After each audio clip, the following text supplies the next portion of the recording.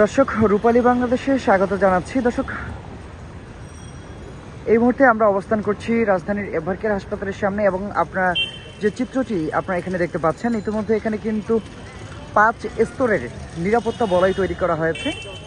প্রথমেই পুলিশ, তারপরেই BGB, APBN, SSF সহ বিভিন্ন আইন শৃঙ্খলা রক্ষাকারী বাহিনী ইতিমধ্যে এখানে 5টি নিরাপত্তা বলয় তৈরি করেছে এবং ইতিমধ্যে কিন্তু ঢাকা আন্তর্জাতিক বিমানবন্দরে এসে পৌঁছেছেন তারেক রহমান ও তার পরিবার। ইতিমধ্যে তার বিমানটি ইতিমধ্যে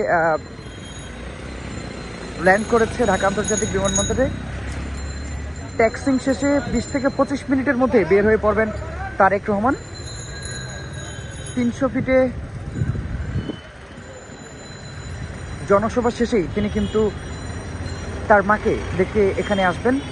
অর্থাৎ বিএনপির চেয়ারপারসন বেগম খালেদা জিয়া কিন্তু এভারকেয়ার হাসপাতালেই চিকিৎসাধীন রয়েছেন গত 23শে নভেম্বর থেকে।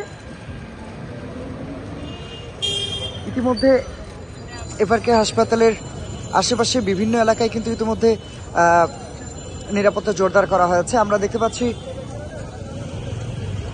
প্রথমে পুলিশ, এপিবিএম, র্যাব, এসএসএফ সহ সাদা পোশাকে রয়েছে বিভিন্ন আইন শৃঙ্খলা রক্ষাকারী বাহিনী এবং অপরদিকে আপনারা কিন্তু দেখতে পাচ্ছেন ইতিমধ্যে তারেক রহমানের এই স্বদেশ প্রত্যাবর্তন উপলক্ষে বিএনপির বিভিন্ন অঙ্গ সংগঠনের নেতাকর্মীরাও ইতিমধ্যে এখানে অবস্থান নিয়েছে। তারা এভারকেয়ারের আশেপাশেই অবস্থান করছে এবং এখানে কিন্তু গণমাধ্যম কর্মীদেরও একটা বেশ উল্লেখযোগ্য হারে অবস্থান দেখা যাচ্ছে। ইতিমধ্যে র্যাব সদস্যদেরকেও আমরা দেখতে পাচ্ছি এবং আপনাদেরকে যদি আরেকটু দূরে আমাদের ক্যামেরা দিয়ে দেখানোর চেষ্টা করি, এখানে কিন্তু এসএসএফ সদস্যদের ইতিমধ্যে দেখা যাচ্ছে। অর্থাৎ তারেক জিয়ার আগমন উপলক্ষে এখানে নিরাপত্তা বেষ্টনী আরও জোরদার করা হয়েছে এবং এই এভারকেয়ার হাসপাতালেই কিন্তু চিকিৎসাধীন রয়েছেন বিএনপির চেয়ারপারসন বেগম খালেদা জিয়া। আজ বিকেল নাগাদ এভারকেয়ার হাসপাতালে আসার কথা রয়েছে বিএনপির ভারপ্রাপ্ত চেয়ারম্যান তারেক রহমানের।